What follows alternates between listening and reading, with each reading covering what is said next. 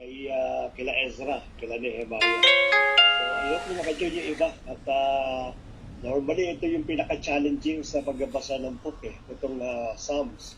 Kasi napakaraming chapter po nito. 150 chapters. So, re-repaso lang po natin at makakatulong po sa inyo ito kung paano niyo maiintindihan yung pagbabasa po ng Book of Psalms. Kasi sinection ko ito but I would like to encourage everyone basahin po talaga yung books. Alam naman po natin na napakarami pong kinukuha mga quotation dyan. At pag-ibili kayo ng yung mga parang pangsabit sa bahay, yung mga ginagamit na pagpopost sa isa sa mga wall natin. So karamihan ang gagaling sa Book of Psalms kasi napakaganda ng mga sinabi po dito. So simulan po natin. Tama-tama po at meron tayong number. So let me start by prayer. Lord, maraming salamat muli sa gabing ito. We acknowledge your presence. Bagamat na-adjust po yung schedule namin na supposed to be a PS kahapon, gabi pala, and yet hindi naman po nababase sa araw yung pagsama mo sa bawat sa amin. Nakita naman po namin yung mga bawat kapatiran na ano man yung ilagay namin araw, yung availability po nila, yung kanilang eagerness, ano doon po, special sa panlingkod mo, Lord, na ito po yung fulfillment ng calling mo sa akin po, Father God, na makapag-conduct po ng BS, ma-share yung dapat po na ma-share at mai-transfer po o maibigay pa nga yung wisdom and knowledge po sa pagbabasa po na ito mong salita. Tulungan mo kami, O Lord, katulad lagi namin dinideclare ang banal na Espiritu ang aming pong dakilang tagapagturo, O Lord. Lahat kami estudyante sa inyo, lahat kami natututo po, O Lord God. Maraming salamat sa bawat kapatiran, nakasama po namin sa online, sa mga darating pa, mga habol pa sa pakikinig ng iyong pong ng mga salita mo sa magitan po ng BS nito. Lord, tulungan mo kayo maging interactive, O Lord, sapagkat believe na hindi lang ang abang lingkod mo lang binigyan mo ng wisdom, kundi ang bawat kapatiran na ito, Lord, na makakapag-contribute po sa aming pong discussion. Especially, ito po mga book of wisdom na siya pinag-aaralan po namin. Bayaan mo na mas maintindihan po namin bagamat napaka-iksi, napaka-summarize, at napaka-comprise yung aming pong napaka-siniksik po, O Lord, ay andun, Panginoon, yung pagkilos ng niwala kami na magbibigay po ito ng linaw sa bawat isa po sa amin. Kaya ngayon po lamang, inangkin po namin sa dakilang pangalan ng Panginoon sa Kristo, ang tagumpay na nagmumula sa iyo, and we believe, Panginoon, na ikaw, Father God, ang manluluwalhati sa aming pong gawain na ito, Lord. To you, Panginoon, we bring back the glory, the praise and adoration in Jesus' mighty name. Amen and amen. So let us proceed. At tayo po ngayon ay nasa ikalawang libro na kung tawagin po ito ay wisdom book, or sometimes tinatawag po itong poetic book. No? At ito yung mga section na kung saan ay napakadami kang makukuha karunungan. Especially sa panahon po ni Solomon, nalaman po natin kung gaano po ito katalino. At the same time, yung mga klase ng yung pag-iyak sa ating Panginoon, yung panalangin, yung malalim na pakikipag-usap sa ating Panginoon. Nasa book niya ng Psalms. At dito natin matutuklasan po yun. Bagamat hindi natin ihimayin isa-isa sapagkat napakalaki po nito. But we try to cover everything. Kaya siya po magbibigay ng liwanag sa atin when we about to start reading the book of Psalms. So anyway, nabanggit ko na po yung libro. Let me open up the book.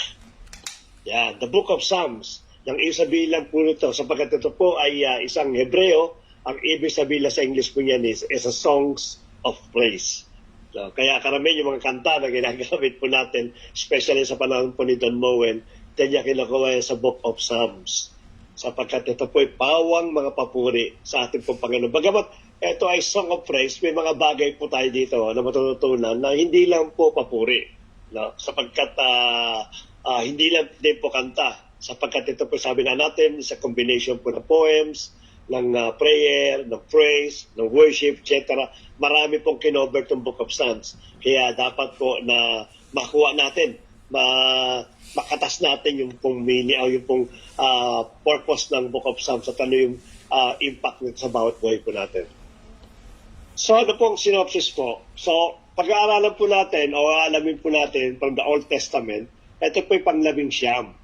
second book from the book of wisdom, but it is 19th book from the Old Testament starting from the book of Genesis. So siya po ay panlabing-siyam.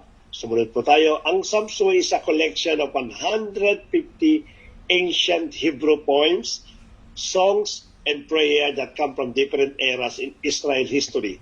So malaki po ang kinover po nito. Isa po ito sa mga libro na kung saan maraming sumulat at napakalaki po ng cover. Aside from this book, meron po isang book na napakarami po din na sumulat at mahaba din yung span ng kanya pong collections. So ito po, ulitin natin, hindi lang po ito kanta. Ito po ay poems, Hebrew poems.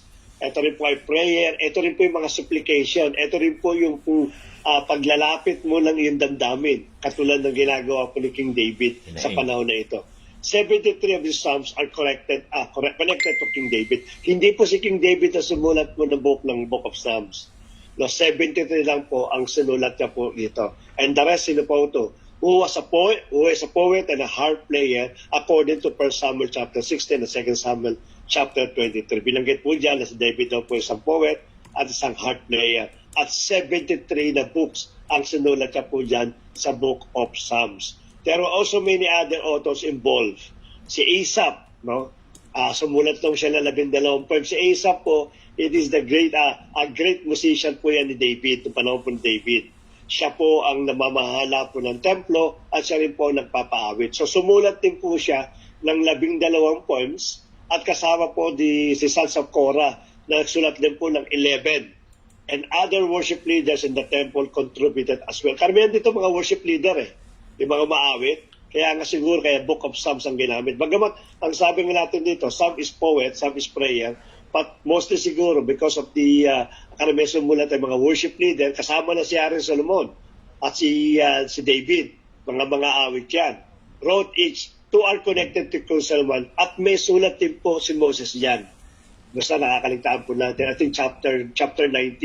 Yan po ay isang libro na sinulat po ni Moses. Kaya nga sabi ko, sa panahon pa lang ni Moses, itong Book of Psalms, sakop yan. Nearly 1/3 of the poems, which is exactly 49, are anonymous. No, hindi po kilala kung sino po ang sumulat.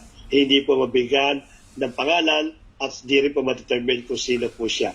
Iba lang po kasi during that time po ng mga binabanggit po yung Psalms of David, Psalms of Solomon, binabanggit kasi yung pangalan nila. Kaya nakukuha po yung author. But the other, which is 49 to be exact, hindi po nabanggit kung sino po yan. Kasama po yan ang Book of chapter 1 and chapter 2. Ngumaya pag-aaralan po natin po yan. Anonymous din po ang author po ng chapter 1 and chapter 2. Pero napakaganda kaagad ng impact ng chapter 1 and chapter 2. So many of these poems were used by Israel temple choirs. Ginagamit siya sa temple choirs, which is nasulat po sa First Chronicle chapter 25 at Nehemiah 11:22 to 23. But the Book of Psalms is not actually a hymn book. Hindi naman po yun yung parang ginagamit na kanta. Na hindi naman po ganun po na yan. In the period after Israel exiles to Babylon, these ancient songs were gathered together with many other Hebrew poems and intentionally arranged into the Book of Psalms. The entire work has a unique design and message that you won't notice unless you read it beginning to end. Ang ibig sabihin po, it is again a collection of book sa panahon po ni Ezra, Babylonian exile. Dito po kinumpile itong Book of Psalms. Pero hindi po siya ganong edad sapagkat marami po ito. Way back sa panahon po ni Moses, kinolekta po lahat yan. Nakolekta lamang po at naging Book of Psalms sa panahon po ng exile, which is around 400 BC. Dito lang po yan. Kung sino pong kumolekta, hindi po natin masasabi. No, maaaring again po, na si Ezra ulit ang maaaring nagkolekta. But that's only speculation. Hindi po yun ang solid na pwede nating sabihin natin pesayan na siya po ang kumolekta ng Book of Psalms. Ano pinaka-main theme po ito? Una-una po, yung pong Psalm point out na the greatness of our God, which is, mababasa kaagad natin yan. Kaya napakaganda kaagad ng Book of Psalms. Yung una pa lang, ang taas kaagad ng papuri na binibigay po. Sinabi ka, great is the Lord and greatly to be praised, and His greatness is unsearchable, which is sa chapter 145 verse 3. Pero yan po ay binanggit po sa Psalms chapter 1 at chapter 2, yung greatness po ng ating pong Panginoon. Ito kagad makikita po ninyo. From the beginning, alam nyo na that the Book of Psalms is focused to the greatness, holiness, and the mighty power ng ating pong Diyos sa buhay po ng individual. Halos yan, lahat po yan sa Book of Psalms. Yan po ang pinaka-main theme. Ang second po, God is good, kind and caring. But the mercy of the Lord is from everlasting to everlasting upon them that fear Him, and His righteousness unto children's children. Hindi lang po rito pinakita doon sa book sa second na tip po natin. Yung pong, yung pong pagiging merciful, loving, at caring ng ating pong Diyos. Apagkat meron pong kondisyon niya para sa Israel. Only those who fear Him, andun yung kanyang caring, andun yung kanyang loving, yung kanyang love, andun yung kanya pong protection, etc. Marami pa po yan. But only those fear Him. Pero kung babasahin po natin yung second natin po natin, sinabi rin po dyan, kung hindi ka susunod, eto mangyayari sa iyo. So yung po mangyayari po yan, isang masunurin, may kandipala, at isang hindi masunurin, definitely meron po punishment. Yan po binabanggit po, or second theme po ng Book of Psalms. Mababasa din po natin po yan dito sa Book of Psalms. Ang third po na theme, God rescued the oppressed. This attribute of God should never be overlooked. He is a God of justice for the oppressed. He cares for people and seeks to protect them. Ipinakita po dito ng ating Panginoon, especially sa buhay po ni David, na bayaan mo akong lumaban sa iyo. Ako ang siyang magtanggol sa iyo. No? Dito niya pinakikita kung paano umiikot yung justice niya sa mundo. Kaya napakaganda po na mabasa natin din ang Book of Psalms para magkaroon tayo ng assurance. No, sometimes we overreact sa mga nangyayari sa bawat buhay. Especially pagka yung nag-o-oppress sa atin, talaga namang sobra na, no? So maganda sa limit na talagang halos araw-araw, ikaw lang naman taga-sinisira niya. Halos araw-araw, ikaw naman sinichismis niya at ibinibenta ka doon sa mga kakilala niya. At ang masaklap pa, of course, magre-react ka kung ang alam mo yung mga pinagsabihan niya, naniniwala.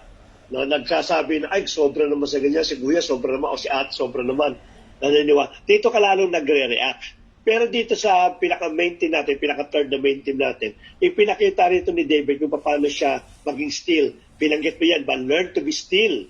Ang sabi ko, nandiyan din sa Book of Psalms po yan. Sapagkat ang sabi ng ating Panginoon, it is God who give us justice sa mga na-oppress na katulad po yung nangyari po kay David. Siya magbibigay ng justice at siya rin na magbibigay ng punishment for those people na nag-o-oppress po. Sapagkat ang ating pong Diyos ang nagpoprotekta sa atin. Hindi po tayo. Yung dignity natin, kahit anong ipagtanggol po natin, kahit ibenta pa natin yan, para lang makuha natin yung taong pinagkukwento natin at magkaroon sila ng idea how we dignify ourselves. Hindi po pangyayari po yan. It is only God who will dignify us. Kaya natin ang Diyos ang siya kumilos about God. Mababasa po natin sa Book of Psalms. At ang panguling pong theme, God is a God of the future. He is working in history in our behalf. We can count on Him. Nangangahulugan po, ipinakita dito po, the last part po ng ating pong Book of Psalms, ipinakita niya po ito yung promise niya na hindi po siya nagbabago simula sa panahon po ni Abraham.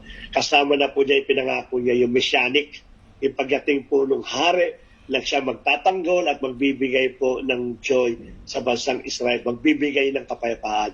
Andyan din po sa Book of Psalms. Kaya kasama po yung prophetic na patungkol po doon sa ating pong Panginoon sa Kristo, which is mababasa din natin. Most section din po ng Book of Psalms. So let us proceed. Ang author po nito is a collection of lyrical poems, is one of only 2 Old Testament books to identify itself as a composite work containing multiple authors. Ang dalawa po yan, yung Book of Proverbs at yung book po ng Psalms. Marami po ang sumulat po ng mga bagay at kinolekta po yan. Some Psalms name their author in the first line of or title. Kaya nga malalaman kagad po ninyo, diba? This yung sa Song of David, Song Asaph, ano doon po yan sa first line para makakita po agad natin kung sino po sumulat ito. For example, Moses wrote Psalm 90 sapagkat binanggit po ang pangalan po ni Moses doon sa Psalms chapter 90. Kaya yan po ay panahon po ni Moses, which around the 12,000 BC. Now, 1200 BC, 1200 BC. David was responsible for many of them, composing 73 Psalms. Asaph wrote 12. The descendants of Korah penned 10. Solomon wrote 1 or maybe 2. and Ethan and Heman, which is also the worship leader, sila po yung mga Ezrahites, were responsible for 2 others. The remainder of the psalm do not contain more information about their authors. Kasi wala po nabanggit doon sa verse 1 po na yun. So leave it open, hindi natin ma-distinguish kung sino po yung author po niyan. Scholars also note that Psalms attribute to David may have originated or been associated with David, but may have also included assistance from others. In total, at least 8 authors are named, and other anonymous writers certainly would add to this total. So wala lang po nabanggit throughout the chapter 1 up to chapter 50. Kailan po sinulat po yan? Yan po ay sinulat po is a collection of book between 1200 BC up to 400 BC. 1200 BC is the time of the era of Moses. Era po yan ni Moses. Yan po yung time of wilderness. Yan po yung time na they get out from from Egypt going to the promised land. At yung 400 BC naman, yan naman po yung exile, yung pagkakakuha sa kanila ng Babylonian. Yung pong sila po ay tinangay sa kanila ng bansa upang gawin alipin po doon sa Babylon. So ganyan po yung span ng Book of Psalms. No, kinolekta po yan. Hindi po yan sinulat. Nangangahulugan, nasulat na po yan. It is ready-made. Kailan po someone collected it in 400 BC at ginawa nga po itong libro as a Book of Psalms. At yan po ay napakahaba po ng era ng cover po ng Book of Psalms. Interestingly, the Psalms were written over nearly 1,000-year period. Imagine po yung 1,000 years, ranging from the life of Moses in the wilderness, which is around 1414 BC, to Ezra, which is the 4th century BC. Most Psalms were composed during the lifetimes of David and Solomon. Pagamat mahaba po ito, let us remember, the Book of Psalms, it is almost concentrated to the life of David and Solomon. So most probably, yung 2nd Chronicles, 1st Chronicles, yung 1st King and 2nd Kings, maaaring nauulit-ulit yan dito sa Book of Psalms. Sapagkat yan po ay patungkol kay David at patungkol po kay Solomon. So yan pong date between 1200 to 400 BC. Ilan pong chapter? 150, madami po yan. Kung isa-isayin po natin o magkadagdag mo tayo, palagay ko kukulangin po 2-3 araw o 3 meetings para po matapos natin 150. Since napakadami po kasi ng libro, kaya as much possible, tinatapos natin yung isang libro sa isang upuan lang po upang sa ganun ay magkaroon ko ng idea. Pagamat sabi nga napaka-concise ng kanya pagkakasama rin na ginagawa po natin, but it will help you a lot to understand kung ano pong book ang binabasa po ninyo.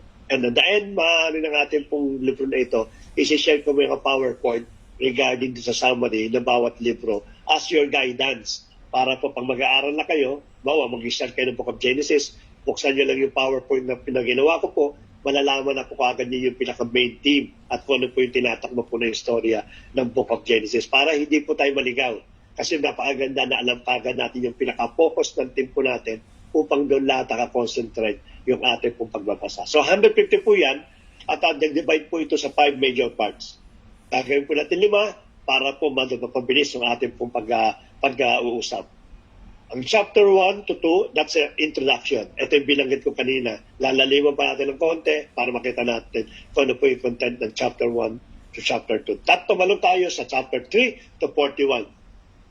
These people, they call it Book 1. Pero may title po yan, mamaya pakikita po natin. Sinamaris lang po natin para po mas mabilis na mahati po natin. Kung meron po tayong chapter 3 to 41, ang tawag po ay Book 1, papasusunod Book 2, 42 to 72. Bakit po? Kasi yung 42 to 72, may kanya-kanyang istorya kasi yan kaya inahati po natin. Yung pong sumunod, Book 3, which is 73 to 89, at definitely from 90 to 106, Book 4, and lastly po, yung chapter 107 up to 150, which is we call it Book 5. Ano po yung Book 1, ano po yung Book 2, mamaya po malalaman po natin. Let us start with chapter 1 to chapter 2, Introduction. Ano pong ibig sabihin po ito? The book has a conclusion, an internal organization of 5 sections. Yung katulad ng binanggit po natin, Book 1, Book 2. Yung Psalms and 2 serve as the book's introduction. Sabihin, ito yung parang summary o introduction niya about the Book of Psalms.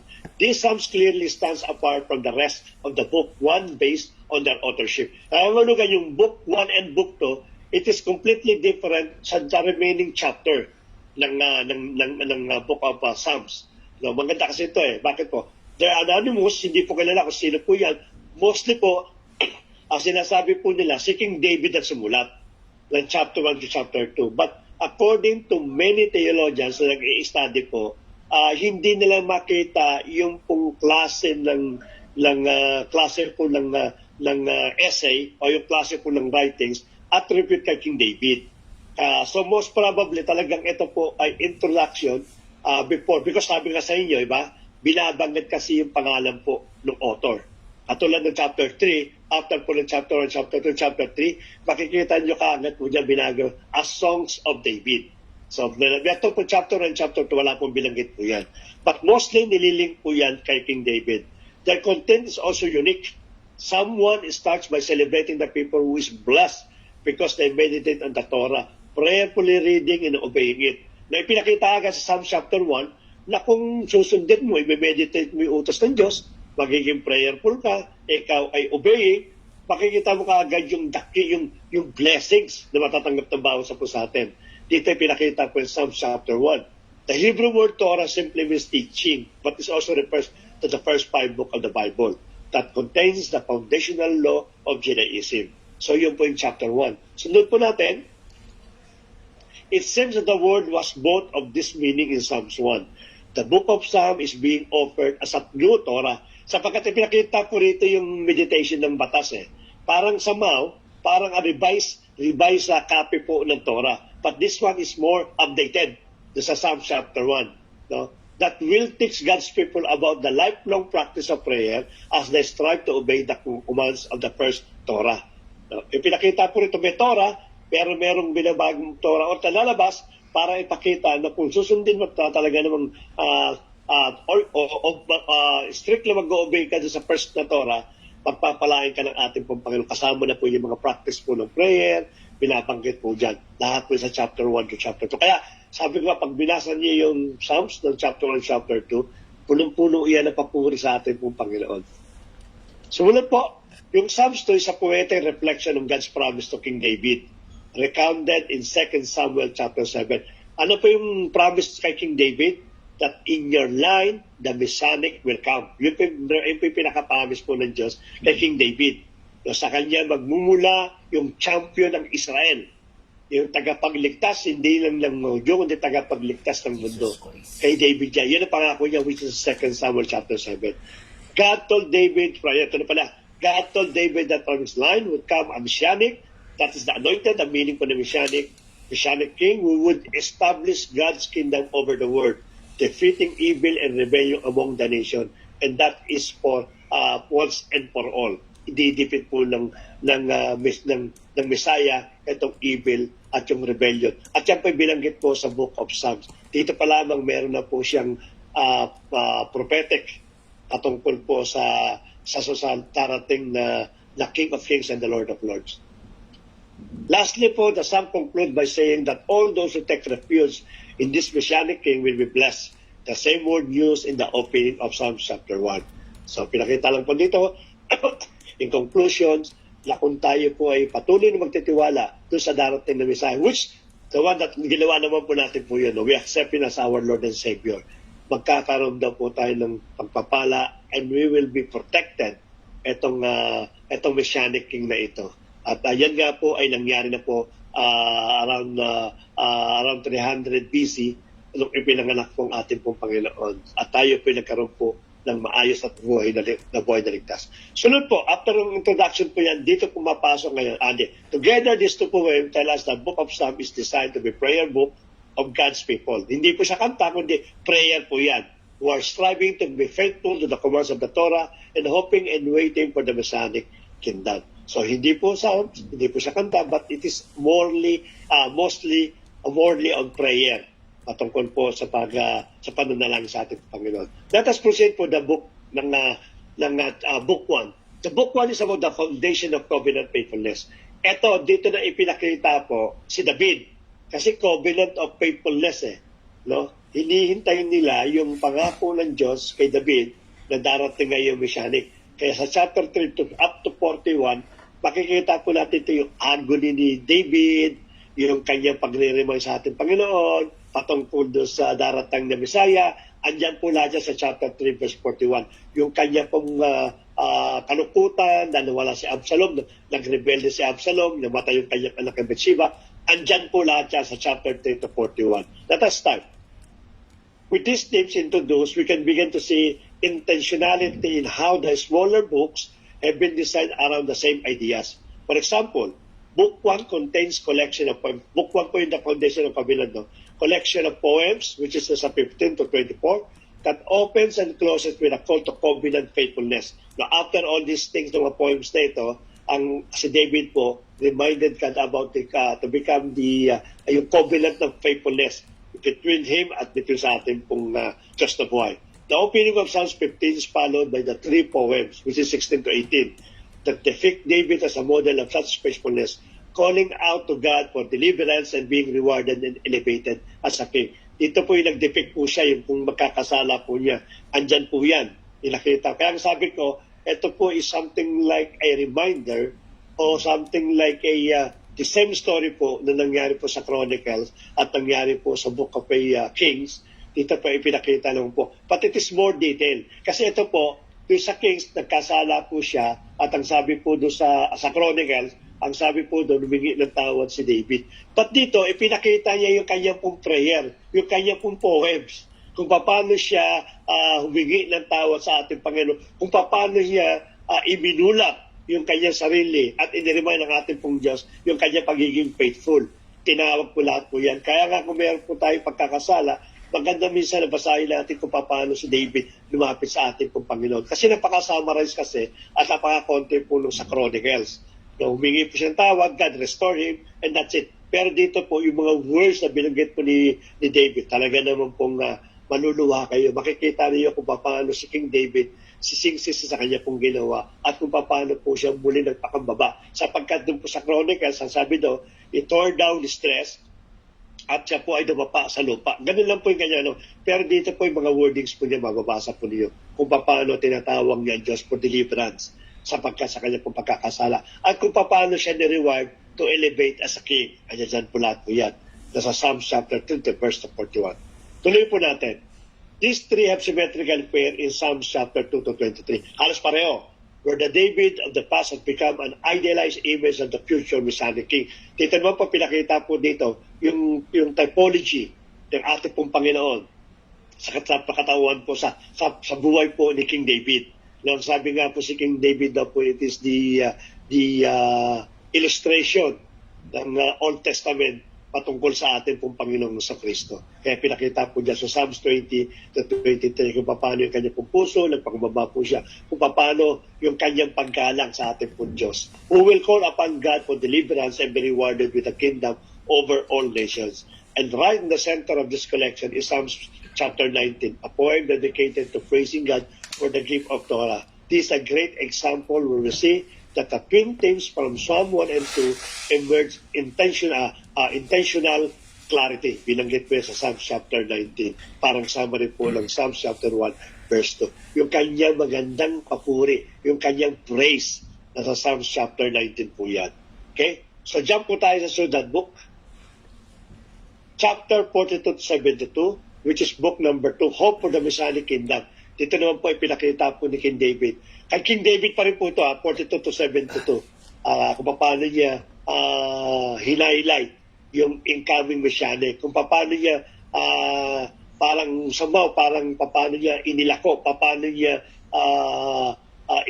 nilarawan yung ating pong yung ating Panginoon at yung kanyang Messianic Kingdom. Book 2, which is the Psalms 42 to 72, open with 2 poems united in their hope for a future return to the temple in Zion, which is 42 to 43. Now, yung Zion po, yung kanila pong lugar, yung pong lugar ng Diyos, yung pong capital ng Diyos, kung magkakaroon yung Zion, no, kung paano sila makakabalik sa temple in Zion. An image closely associated with the hope of the Messianic Kingdom. Book 2 closes with a corresponding poem that depicts the future reign of the Messianic King over all nations, which is Psalm 72. This poem echoes many other passages in the prophets about the Messianic Kingdom and concludes by saying that this king's reign will bring the fulfillment that God promised to Abraham by bringing God's blessings to all nations. Yan po, yung pong 42 to 72 is about the promised kingdom, the Messianic Kingdom. Ipinaliwanag po dito.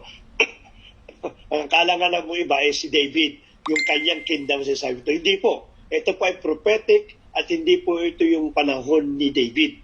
Sapagkat let us remember, yung panahon po ni David, nagkaroon po ng failure po yun.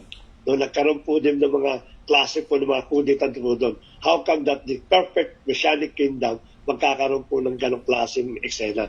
So ito, Messianic kingdom is panahon po ito ng ating Panginoong sa Kristo. Yan po binabanggit sa 42 to 72 kung paano maghahari at kung paano maging papalakad po ang kaharian po ng Diyos sa bansang, sa bansang Israel. Sumunod po 73 to 89, hope for the Messiah after exile. So, jump po tayo, una po sa panahon po ng David. Ito naman, binanggit na rin ito sa Ezra at Nehemiah, iba? Na yung kanilang hope na sa Messianic Kingdom na during kanila pong exile, nakala nila ay mangyayari na sa panahon ni Ezra, panahon ni Zerubbabel at sa panahon ni Nehemiah. Hindi po yan. Kaya yung 72 to 89, ipinakita po dito ng mga taong ito nung exile po sila kung paano sila umasa sa darating na King of Kings during ng kanila pong exile.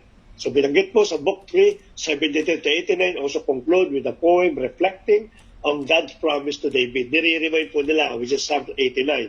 But this time, in light of the tragedy of Israel exile. Nung una po kasi, nire-remind nila, baka alam na pa natin, na panahon po ni David, panahon po ni Solomon, and the rest ng bawat hari, talaga naman po nag-roller coaster po yan. So nire-remind po nila yung pong panahon at pagdadating po ng Messiah. At hindi nga po nangyari po yan. Pagdating naman po dito sa exile, they still longing sa darating pong Messiah. The poet remembers how God said He would never abandon the line of David. But how does that promise align with Jerusalem destruction and the downfall of David's line? Paano nga naman, di ba? Never kung i-abandon yung line of David. Pero nangyari nga po rito ay sila po ay nasakop ng Babylon at nagkawatak-watak po sila dyan during the time po ng Babylonian captivity. The poem concludes in 89 to 49 to 51 by asking God to remember His covenant with David and to forgive His people. So nangyari po ito, itong 70 to 89, they hope, yung kanilang hope sa darating na Messiah, at the same time yung kanila pong pag-remind ng covenant po kay David and to forgive His people. 90 to 106, the God of Israel as the King of all creation. Let us see ano mo po itong eksena na ito. The book 4, it is Psalms 90 to 106, is designed to respond to this crisis. In the opening poem, return to Israel roots with the prayer of Moses, which is sa book po yan, sa chapter po yan ng 90. Andiyan yung panalangin po ni Moses during the time of wilderness. Andiyan po yan, yung kanya pong longingness, yung kanyang pagpapahirap, yung kanyang pong sakripisyo, lahat ng, alam niyo po ba yung bilang tao na gusto mo ilabas yung sama ng loob mo o ilabas yung pressure na nandan mo. Andiyan po yan sa book of Psalms chapter 90. Describing his plea for God's mercy after the Golden Calf incident, the center of book 4 is dominated by a group of prayers. Prayer pa rin po ito, no? Which is 93 to 99, puro prayer yan.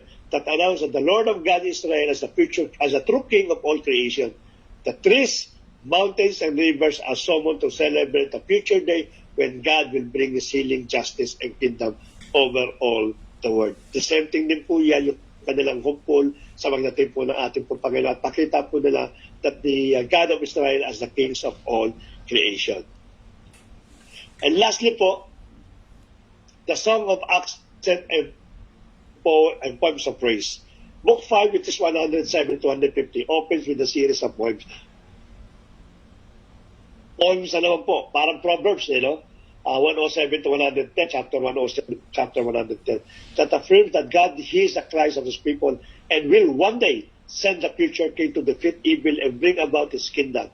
It also contains two larger collections called the Hallel, paliliwanag ko may Hallel. Hallel, which is the Psalms 113 to 118, and the Song of Accents, which is 120 to 136, both of which conclude with poems about the hope of the Messianic kingdom, which is the Psalms 118 and 132. Dito po sa 113, chapter 113 to chapter 118, binanggit po dyan yung Hallel.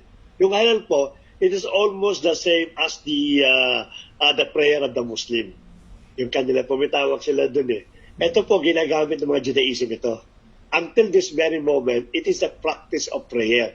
Kinagamit po nila yan pagpupunta sila ng temple kasi sila po para sila ngayon, nagpupunta sila ng temple sa umaga, nagpupunta sila sa gabi. No? Talagang traditional po nila yun. At tong halal po na ito, na Psalms 113 to 118, binabanggit nila yan as a form of prayer. Hindi po nawawala sa kanila. Parang Catholicism. No, meron silang Abagilong Maria o Amanami. Ito, binabanggit din po nila ito every time na sila pupunta ng temple para po manalangin. Ang tawag po doon is Hallel, the prayer of Judaism. Dito po binabanggit po nila kung ano man nakasulat to sa 113 up to 118. Okay? Ano mo na po yung Song of Ascents? Song of Ascents po, which binanggit sa 120 to 136. Ito po yung songs o inaawit po ng Israel during the time of the traveling in the mountains, going to the promised land.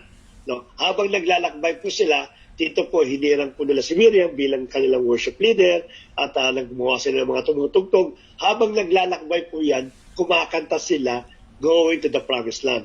Every time they go to the mountains, rivers, o ano man yung lugar na daan nila, there is a song of ascent na kinakanta po nila. Iba-iba po yan, yung kantang yan. Bagamat hindi po nasulat kung yung mga kanta, but definitely there's a song of Israel when they're traveling going to the promised land. Yan po yung song of ascents. Ito po yung Hallel. Which is at the end, yung pinaka-parang conclusion po, ganun pa din po yun. It focus about the incoming Messianic kingdom in the line of David. Yan po ang buong chapter po ng 107 to 150. Meron pa akong kasunod. Right between this collection is Psalms 119. Ito po yung 119 na binanggit. Ito yung pinakamahabang poem. At talaga na po napakaganda po nito. Diyan yung thy words, a lamp unto our feet, no? And light unto our path. And that po, ang lahat po niya nandiyan po. Lahat ng parang encouragement. Now, it is composed in the order of the Hebrew alphabet and explore the wonder and beauty of the Torah as God's word to His people. Sabi ko nga sa inyo, yung God's word Karamihan po niyan is thy words, a lamp unto our feet, no? And then po sa 119, 105. Marami po yan kung basahin po ninyo. It contains about the Word of God, kung paano ka nag-meditate, at kung paano ka nire-reward ng ating pong Panginoon. Ang Psalms 119. We see that things from Psalm 1 and 2, the Torah and the Messianic combined in the book number 5, which is also in the Psalms 119. Napakaganda po ng mga poems po dyan. Marami po kinocompile po o sinasabit sa mga wall o ginagamit po na palamuti itong mga words na sa book of Psalms po 119. Tuloy po natin. This brings us all the way back to the final 5-poem conclusion to this book of Psalms. In the center, which is Psalms 148, says that all creation is summoned to praise the God of Israel because He has raised up a horn for His people. Nananawagan po siya sa 148 that all people of Israel should worship or should praise God because He raised up a horn for His people. Ano po yung horn? Kaya paliwanag po natin. 48 po, 148 verses 14. This is a metaphor of a bull's horn. Yung palang horn, metaphor po niya, raised in victory. The image echoes back to the same metaphor used in Hannah's song. Let us remember si Hannah nung nananalangin po siya nung kanya po magiging anak na Samuel. Nasa 1 Samuel chapter 2 verse 10. And earlier in Psalms 132 verse 17. Ano po yung horn? The horn is a symbol of the Messianic King and His victory over evil. A fitting conclusion to this book. Kasi po, ang horn po, it is symbolized, biblical po, symbolizes po yan ng authority. Symbolizes po yan ng victory, yung horn. Kaya dito yung horn po na binabanggit po, in conclusion, it is about the victory of the Messiah that will come to Israel. Yung pinakano po yan. Dito palang binibigyan ng kagad nila na yung darating na King of Kings and the Lord of Lords, wala po itong katalo-talo. Hindi po siya madadipit kahit ano pa ang gagawin sa kanya. Siya po ay magtatagumpay at muli niya ibabangon yung kanyang bansang Israel. And we are so glad that hindi lang pong Israel ang niresa po ng ating pong Panginoon. Siya po ay bumuwa dito, namatay at muling nabuhay. Kasama po tayo na bihiyaan ng bilang isang ang tawag doon, ampon, isang yung branches na nilagay po doon sa pinaka-main na puno po. And that is the Lord Jesus Christ. Kaya po tayo nagkaroon po ng authority to become the sons of God. And even we call it the spiritual Israelites. And dahil po sa ating po Panginoon. Ano pong pinaka-moral lesson dito? There's one thing about the book of Psalms that is to miss if you don't read it in order. While there are many different types of poems in the book, they can all be sorted into two larger categories. Dalawa lang naman po yan eh. Yung conclusion po ng book of Psalms, isa pong masama, naglalamin ka, sabihin, yung kung nagluluksa ka, yung ikaw ay nagsisisi sa mga kasalanan mo at kung paano napaparusahan, kung paano tumatanggap ng consequences. At yung the other side naman po is praise. So it is lament or praise o yung crying, yung iyo pong pagsisisi sa ginawa mong kasalanan at yung nangyari sa iyo. Yun po yung una. Pangalawa is praise. Poems of lament express the poets of pain, confusion, and anger surrounding the horrible things happening around them or to them. No, kung nagkaroon ka ng pagkakasala at talaga may lamin ka talaga, ito aabutin mo talaga. Confusion, pain, anger, at horrible things. They draw attention to what's wrong in the world and ask God to do something about it. There are a lot of these lament poems in the book, which shows that this is an appropriate response to the evil and tragedy we see in the world. Lamentation plays an important role in our journey of prayer. Tama na naman, no? Si David nagkaroon kasi ng lamentation eh. Si Solomon nagkaroon din siya ng lamentation. And so on and so forth. Pero yung lamentation po yan, nagiging important role po yan sa pananalangin po natin. Tama, no? Pagka meron ka talaga lamentation, meron kang hinanakit o sa puso mo, prayer talaga ang naging nakatugunan po natin. While these lament poems make us most of book 1 through 3, you can say that praise poems are occasionally woven in a well. These poems of joy and celebration that draw attention to what's good in the world. They retell stories of what God has done in the lives of people, and they thank Him for it. In Book 4 and 5, praise poems outnumber the laments, culminating the 5-part Hallelujah conclusion. So nangangalukan po, 4 and 5 po, is about the praise poem po yan, na kung saan pinupuri nila ang ating Panginoon. And lastly po, sa moral lesson, this shift from lament to praise is profound, and it tells us something about the nature of prayer according to His new Torah. Hoping for the Messianic kingdom, create tension as we see the tragic state of our world. The Psalm teaches us to neither ignore our pain nor let it determine the meaning of our life. Biblical faith and prayer is always forward-looking, anticipating the day when God will fulfill His promises and praising Him for this ahead of time. The Torah and Messiah lament and praise, faith and hope. This is what the book of Psalm is all about. So God bless po at see you po next Monday. Open na po tayo sa questions at let us start for the interactive discussion. Good evening po sa inyong lahat. Hindi ko po alam kung anong nagiging issue. Talagang itong ating kaaway ayaw niyang maka-join ng ibang mga kapatiran natin. At same link naman po ang ating sinishare, hindi po sila maka-join. At yung iba naman po ay nakaka-join pero mag-isa lang sila dun sa Teams. Wala po tayo dun sa Teams na ginoin na nila. Anyway po, magandang gabi po ulit sa inyong lahat. At maraming salamat, Pastor, sa maganda tong summary. At least alam namin kung ano yung topic dun sa pinag-uusapan na yun. Kasi minsan mapapatanong din ako. Sabi ko parang prophetic naman to. Paano nangyaring si David ang binabanggit dito? At naalala natin po sinabi sa New Testament, di ba? Kung si David daw ang sinabing Messiah, bakit daw si David hindi naman inilibing at hanggang ngayon nandun pa rin sa libingan niya hanggang sa panahon ngayon. So maraming salamat Pastor Bernard. Ako man ay natututo talaga. No? Sabi nga po, we are disciple sa harapan ng Panginoon. Ang ibig po kasing sabihin ng disciple ay mga estudyante at mga tagasunod ng ating Panginoon. So maganda po ito na sa pamamagitan ni Pastor Bernard ay nakakapag-create siya ng mga disciple katulad natin na willing matuto at maintindihan natin. Actually, kahapon, inumpisahan ko ulit yung Book of Psalms pero tinry ko siya sa Tagalog at naka-headset lang ako. Alam niyo naman po, busy ako sa trabaho. Kaya maghapon nakikinig po ako ng Book of Psalms. At tuwang-tuwa po ako kasi nakita ko doon kung paano humihingi talaga. Lahat talaga ng problema ni David. Wala po siyang pinagsasabihan kundi ang Panginoon lang. No, Daddy? Tama. In detail. Talaga yung detail. Yung detail, yung sabi niya, hinahamak ako, inaapi ako, inaalipusta nila ako, pinagsasabihan nila ako ng mga masasamang bagay na alam niyo po yung mga slander na ganyan. Sinasabi nila na iniwan mo na daw ako, ganito, ganyan. Makikita niyo po doon nung papaano talaga. Kaya pala si David ay tinawag na he is a man after God's heart. Kasi pareho siya ng puso ng Panginoon. Kaya po di ba sabi ni Pastor kanina, parang si David ang representation ni Jesus nung panahon na yon. Actually, it's a foreshadow ang tawag po doon, no?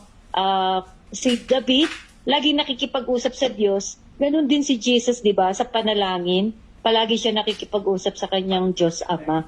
So, maging nawa tayo, maging katulad ni David, na sa lahat ng problema natin, hindi natin kailangan na may kausap, ikwento ng ikwento, tas pag naikwento sa iba, nagagalit tayo. Kay Lord, ikwento mo lahat yan. Kahit lahat na sipon mo o lumabas sa kanya, iyak mo, hindi yan na ikukwento sa iba. At ang maganda doon, may solusyon na matatanggap. No, hindi tayo i-chismis. Sige po, open po tayo for question kung sino pong may question. At since maaga po tayo ngayon, pagka natapos natin yung question natin sa patungkol sa Book of Psalms, balikan po natin yung mga tanong ni Kuya Ed nung nakaraan patungkol sa Book of Job. Sige, ako na mag-question para mabilis na yan. Okay. Pakibasa. Basa, Pastora. In your own opinion, what would the book mostly impact in your life? Yeah. Oh. In your own opinion, what would the book that mostly impact in your life? Ano po sa mga libro ng or mga chapters ng Book of Psalms ang nagkaroon ng magandang rema? Talagang tumatak sa puso po natin. Siyempre, di natin mawatatagal yung Psalms 23.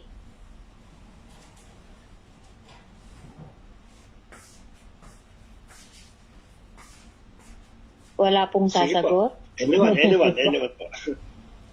Open po. Psalms 23 po, the Lord is my shepherd, I shall not want. Ang Diyos ang aking pastor. Tingnan natin, baka may nagtatype.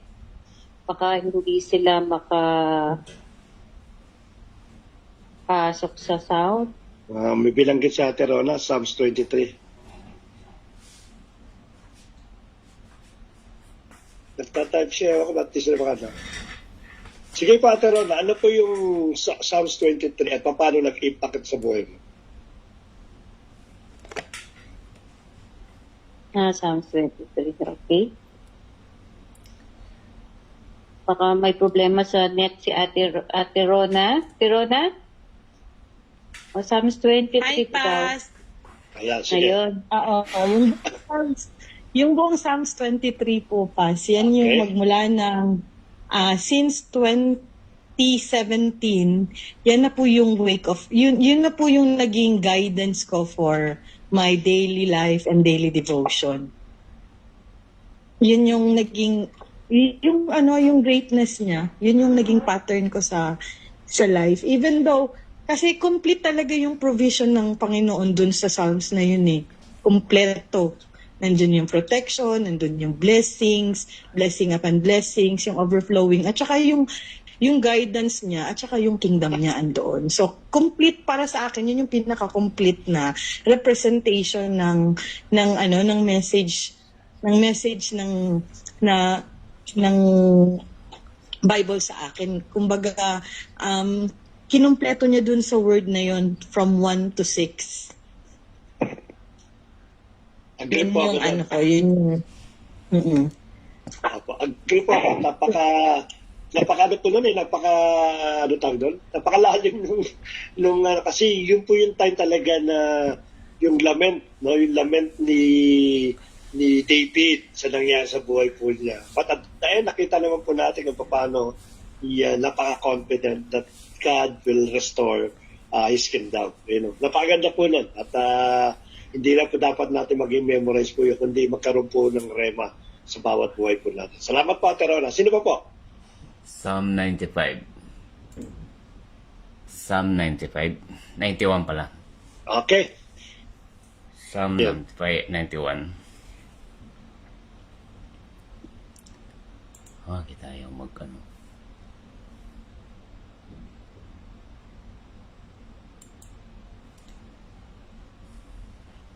Ang title po nun, My Refuge and My Fortress. Napakaganda na nito.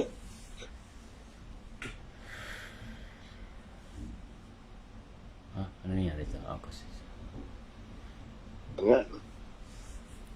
I think this is also the mostly si David ang nasulat. Hindi, ang 7 na ito, iba na po ata sulat ito. Kailan po, kaya mali, Psalms 91, ang sabi niya po, the whole verses po ng whole chapter po ng Psalms 91, which is about the refuge and my fortress. May kanta po ito eh. Si ano na dyan, si Moses na. I think 90 lang sinulat ni Moses eh. Ito, para wala hindi yata to. 90 lang sinulat ni Moses. And a prayer of Moses, the man of God. I think anonymous po yun. But napakaganda po kung sino man po ang sumulat po. At alam naman po natin na kahit si David po, nakaranas po siya ng refuge sa ating pong Diyos. During that time nung siya po ay hinahunting. Hindi lang po ni Saul, kundi yung pong kanya mismong anak. Naghunting po sa kanya. My God is my refuge and my fortress. Salamat po kayo, Manny. Okay. May next question ka pa ba, Di? Apo, may next para natin mabilis kasi may question yata na iwan eh. Yan. Okay, sa next question po natin, what are the main points of the author in this book?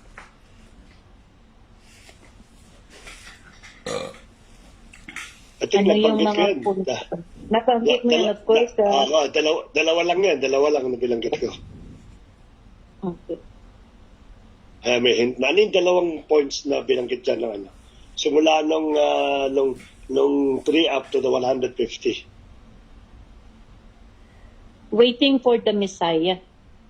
Pero meron pa, dalawa eh. Pagka pinag-usapan natin ng ang Book of Psalms. Mm. Yung Ako pa. bukas yung Sige. yung Psalms teaches us neither ignore our pain or let it determine our lives aside sa waiting for the Messiah. Yan. Pero may ibang term eh. Si Peter. Tama yung sabi natin, Rona, pero may term doon. Anong term? Sige, Kuya Peter. Hindi, para sa akin lang po. Parang introduction na siya ng na darating si Lord dyan, si Jesus Christ dyan. Parang ini-introduce na niya ng pakonti-konti. Although, hindi exact to the point, pero kung tutugma siya sa New Testament sa pagdating ni Lord. Okay. Messianic pa din, yung prophetic. Pero pag narinig mo kasi yung Book of Psalms, ano kaagad ang immediately papasok sa iyo doon?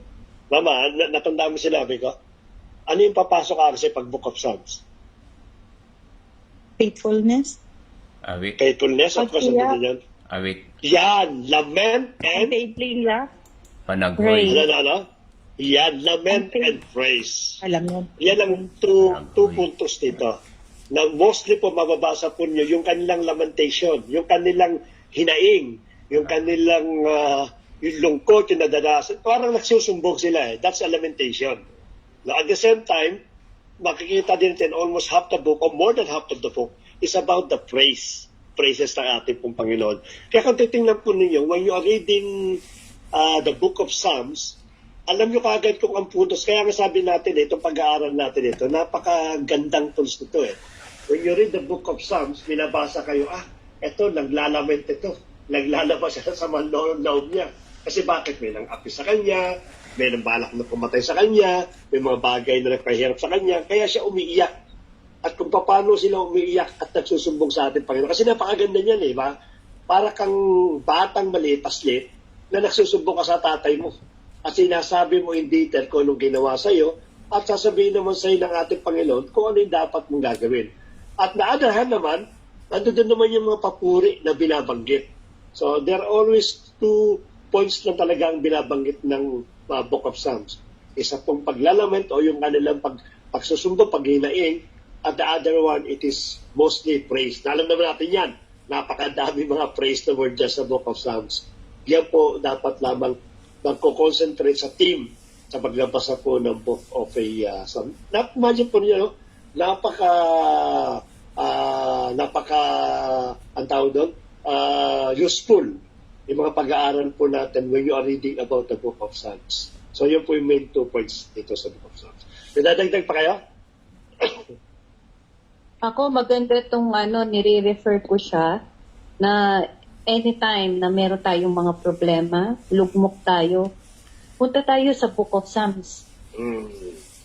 Matutulungan, especially yung mga hindi na nakakatulog sa gabi. Actually, yung Book of chapter 90 tsaka 91, nire-recommenda yan sa mga taong hindi nakakatulog dahil sa kakaalala sa buhay nila. So, yan po. Patuloy nating Tsaka makikita mo dito yung kung papaano yung paghingi ng sorry sa Panginoon, yung sinabi nga ni Pastor yung kay David, ang sabi niya, create in me a pure heart. Oo, din yan. Oo, renew right spirit and within renew a right spirit within me. Do not cast away thy Holy Spirit. Sabi niya. Di ba, napakaganda na pagka maging example yun kung paano talaga tayo lumapit sa Panginoon at humingi ng kapatawaran. Yung talagang nandoon yung pagsusumiksik natin sa Panginoon na baguhin niya yung puso natin sa kasalanan, na tumalikod talaga tayo sa kasalanan.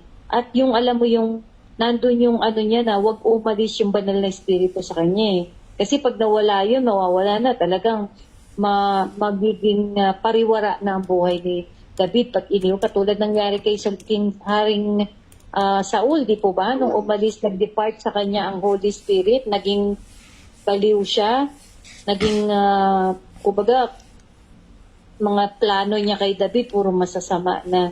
So, eto po maganda rin yan na maging example para sa atin po. Ayan. Gusto ko malaman yung sige. Sino po? Sige. Gusto ko malaman yung Tagalog. Magtulungan tayo. Ano ba sa Tagalog yung lament? Maganda kasi yan. Lamentation. Actually, masyado malalim yung panaggoy eh. Actually, yun ang ginagawa lagi ni David. Dalamhati. Dalamhati. O kaya paghihinagpis. Hinaing. Hinaing. Oo nga, tama. Hinaing. Ayan. Kasi yung hinaing ng puso ni David eh. Tama, hinaing nga. Iniisip ko sa Marami kasi pag-Tagalog eh. Paghihinagpis. Pwede rin yan. Yun. Kasi pag panaggoy, parang napakalalim kasi ng panaggoy. Ayan. Kala siguro pag panaggoy, may iyak. Hindi ba yung pinaka-desire mo na parang nalulungkot ka talaga pagka wala doon yung presensya ng Panginoon? Kapag may mga problema, pagsubok ka, parang feeling mo wala yung Lord, hindi mo kasama. Pero nandoon naman sa book ng Psalms, ina-assure, no? Ina-assure ng sinasabi, Panginoon, kailan mo pa ako sasagutin sa aking mga panalangin? Sa umaga, inaalala kita at pinupuri kita. Sagutin mo na ako, Panginoon. Di po ba ganyan ang style niya? Patas bandang huli, sasabihin niya, pinupuri kita. Ikaw ang Diyos na tumusugon sa mga panalangin ko. Ikaw ang nagliligtas sa akin. Ikaw ang kalakasan ko. Ikaw ang aking pundasyon. Ikaw ang aking tagapagligtas. Ang dami po na makikita din natin doon. Ganda. Tama. Okay. May next question ka pa da. Kuya Joel, meron ka pong gustong dagdag? Ang question po nung una, si Kuya Joel nahirapan siya mag-join dati kasi kanina pa, last week, nag-join din siya, naka-join siya, mag-isa lang siya. Kuya Joel, ang tanong po, alin daw po sa libro ng Book of Psalms ang nagre-rema sa iyo, na higit na nagre-rema sa iyo? Baka meron ka po at sige. Mag-unmute ka lang po ha. At sige, Daddy, labas mo na yung third question habang nag-iisip si Kuya Joel ng isasagot. Yan. Amen po. Ayun nga po, pagka po kasi binasa po natin ng book of, yung pong awit. So, lahat po, I'm sure lahat po ng nakasulat doon ay puro pang praise sa Panginoon. Hindi po ba? Dahil, yun nga po, at tunay nga po na karamihan po sa mga inaawit natin pang yung mga kantang makalangit, alos dyan po yata inango. Edo po ba? Amen po. Tama po. So, yun po, para sa akin talagang nangangahulugan kasi yan naman po ang gusto natin Panginoon, yung parangalan siya at i-worship po siya. Amen. Amen. Number 3, Mama. Okay, number 3 question. How the author described God in every book? Tagalog. Paano daw po ipinakita ng author ng Book of Psalm kung papaano Ano ang o Diyos? sino ang Diyos? Papaano o sino ang Diyos sa kanyang buhay? Yan. Ayan, ang example po, di ba, yung sa Psalms 23 kay Ate Rona, He is my shepherd. So, siya ang Ayun. pastor. Hmm. Yung iba Oo, naman, Daddy. agree. Sige Sige po. Yung sa Psalms sa akin po is, ang Panginoon ang every book, ang common denominator niya is, He is gracious, merciful, at saka, steadfast love. Natumbok ni Ate Rona, tama po. Kasi bibihira kasi dyan yung bibihira dyan yun. Bagamat meron, pero bibihira dyan yung nagpanis ang Lord. Karamihan kasi yan, puro gracious, loving, kaya napakaganda na tama, natumbok po ni Ate Rona. Sino pa pong palagay nyo na-describe o tawag doon? Anong ginamit mo, Mama? Ilarawan o Papanilarawan. paano nailarawan ng Panginoon o ang Panginoon sa buhay mo. Yan. Ayun, di ba sinabi, matibay na muog. Nandiyan din yan. Kaya marami yan eh. Matibay na muog. Strong tower ang tawag doon sa English. Tapos fortress. Ayun po, Fortress, yung fortress, kung saan na pagka may gera at talagang makukubkub na kayo, doon kayo pupunta sa lugar na yon. Fortress. Yung fortress. Kumbaga doon safe ka kasi. Kaya sa Panginoon safe ka. Tapos meron din siyang sinabing my deliverer, my rock. No? My rock. Yan.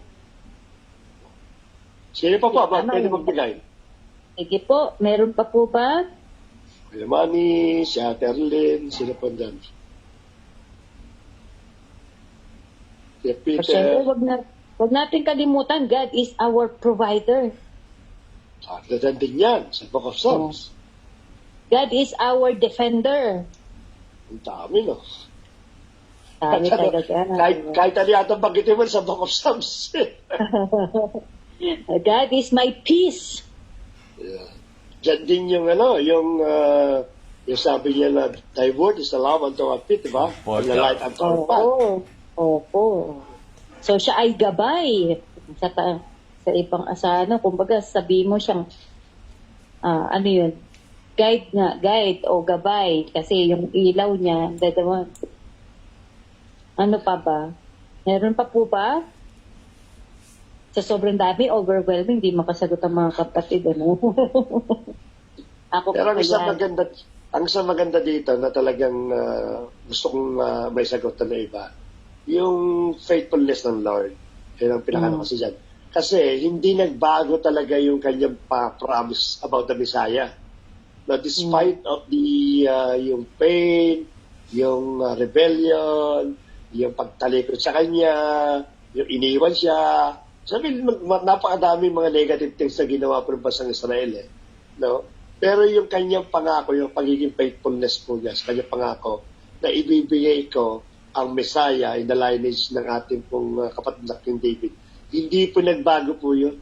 Hindi niya sabi, ang kukulitin niya, hindi ko na lang ibibigay ang Messiah. Hindi po ganoon. Basta sinabi ng ating Lord, He is faithful in His word, at talaga po totoo pa rin po niya. At nangyari nga po yun 2,000 years ago. Dumating po ang ating pong Panginoon. The perfect King of Kings, and the perfect King, the perfect Messiah, the perfect offering, perfect in everything. Pinakalo po ng ating pong Panginoon. Yeah, meron pa po ba? Last, para masagot po natin yung sagot na pending. Ay, wala na. Tatlo yung balik pala. May question? Wala na po. May question yata Okay, na pending si Biano. Okay, tingnan natin. Sama-sama tayo, sasagutin po yan. Let's scroll down na lang. Ano scroll down? Yung question. Anong question? Question ni Wala Kuya Ed nung nakaraan. Okay, wala dito. Hindi ka lang. Sa'yo. Meron? Sige, teka lang. Meron nga. Ikaw mag-share. Ito maganda itong question ni Kuya Ed. So, help me to answer or maybe to contribute sa pagsagot dito sa tanong ni Kuya Ed. Sabihin mo na lang, Mama.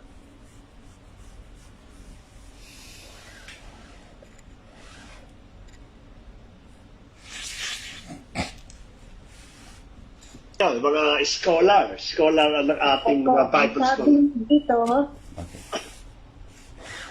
Okay. ay, teka, lumampas yata ako.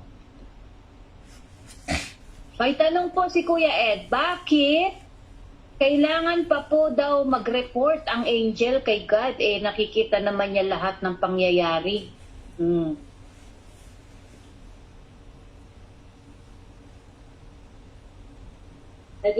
Nadinig nyo? Ay, nadinig nyo po ang tanong? Opo. Okay.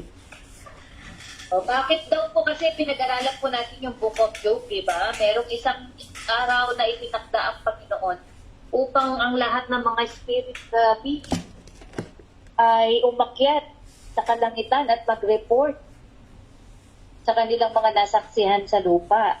Ayan. Bakit daw po kailangan pang mag-report? Ang mga anghel, samantalang alam naman ng Lord lahat. O, sige, sino pong gustong sumagot?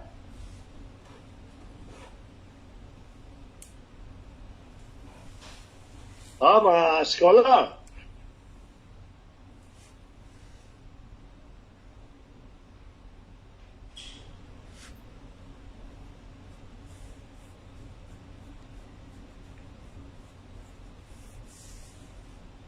Si Ate Arlene.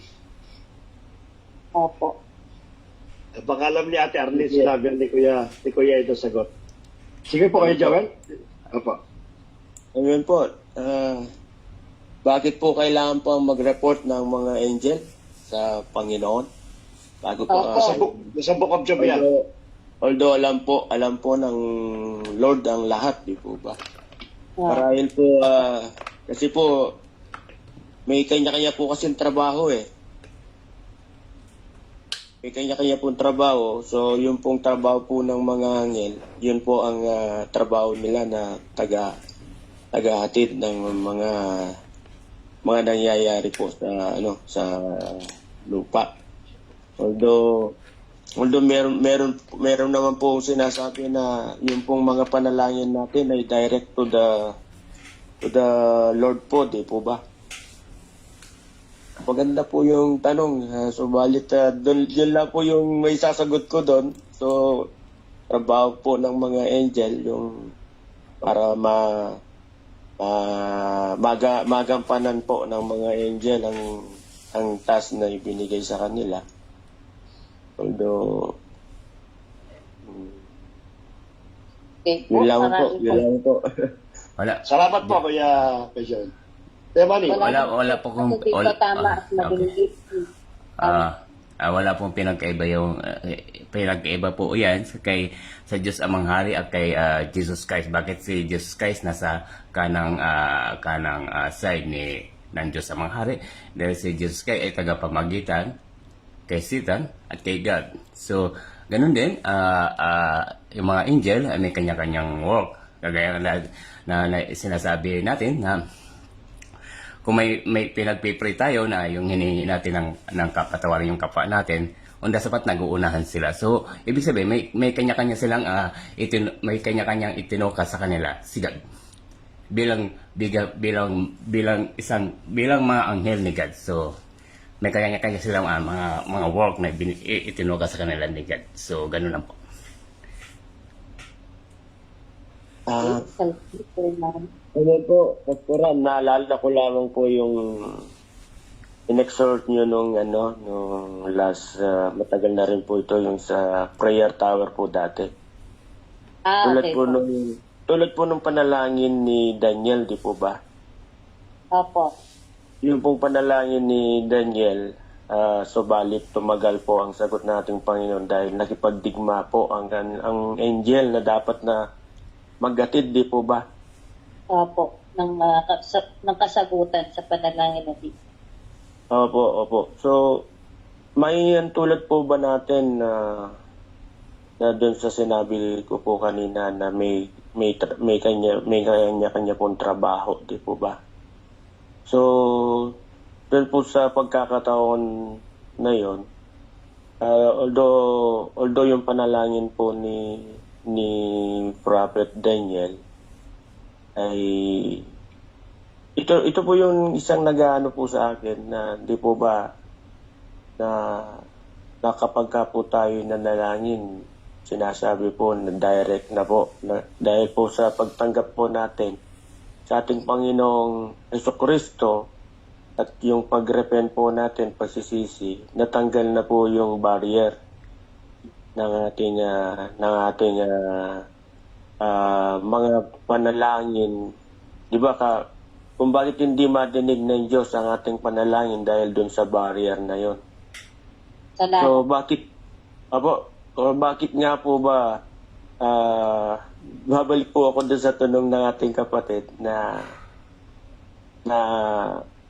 kung tayo po ay direct to the point na sa ating Panginoon, sa ating mga inaing o mga dasal, so hindi na po kailangan po yung anghel. Kailangan, di ba? Mas gusto kong Sige lang po. Pero, teka lang yung ating Rona, si Kuya, tapusin natin si Kuya muna, Kuya Joel. Kuya Joel, kasi yung Okay. pinag-uusapan natin, yung Opo. wala pa po si Jesus Christ dito Kaya po, kumbaga, hindi pa tayo makadiretso ng panalangin, di po ba? Kaya dati may mga priest, naghahandog tayo, hindi tayo yung diretso, pumupunta tayo sa priest para maghandog. Kaya magkaiba po yung dispensation ng Old Testament sa New Testament. Sa New Testament, pwede na tayo makadiretso ng panalangin.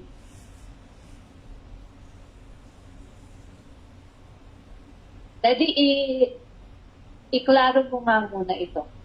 Ate Rona, Okay. may sagot ka ba dun sa same Sige, question? si Ate Rona. Sige. Wala pa, siguro lang yung angels kasi noon, they are required kasi nga, 'di ba? Yun nga sabi ni Kuya Joe, Nasa Canada siya. Mahina ang against God. Canada. Kaya nagkaroon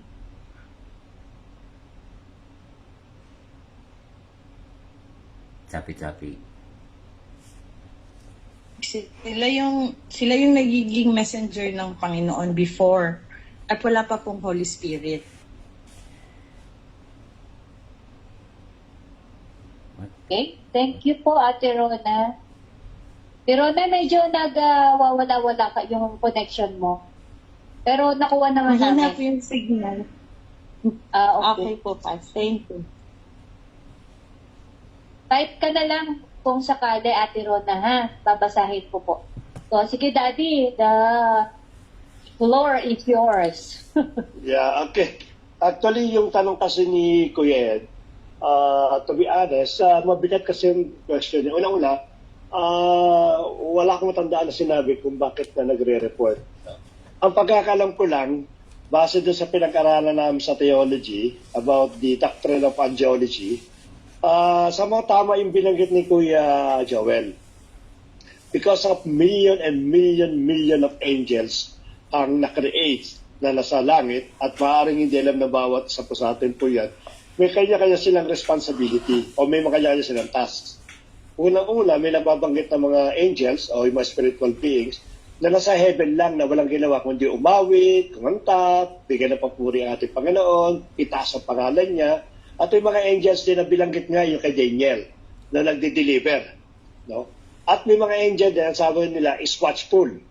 No, meron ako nabasa sa Book of Revelation na sabi daw, in the four corners of the winds, which is the east, west, and north, may mga angels na naka-assign po dyan. They are the one that holding everything intact. So nangangahulugan, there is a responsibility, yung angel na yon, na siya ang mag-hold. Of course, yung kanyang authority at responsibility, galing sa Diyos po yan. No? Na siya nag-hold upang sa ganun, hindi po mag-scatter at hindi po magkaroon ng malaking kaguluhan sa mundo. So may mga kaguluhan po, but it is still limited because there are angels that watches, nagbabantay po yan. So I do believe the reason why God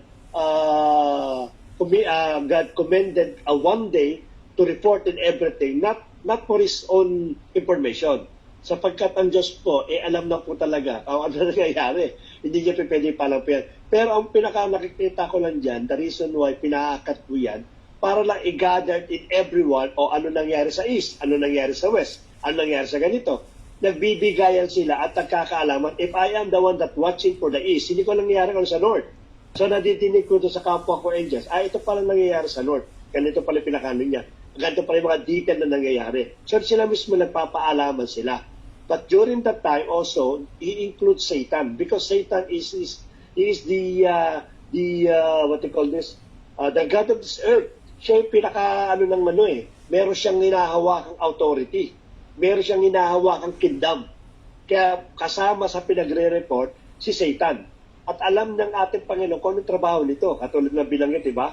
Nung bilanggit na si Job, alam na alam ni Satan kung ano yung ginagawa ni Job.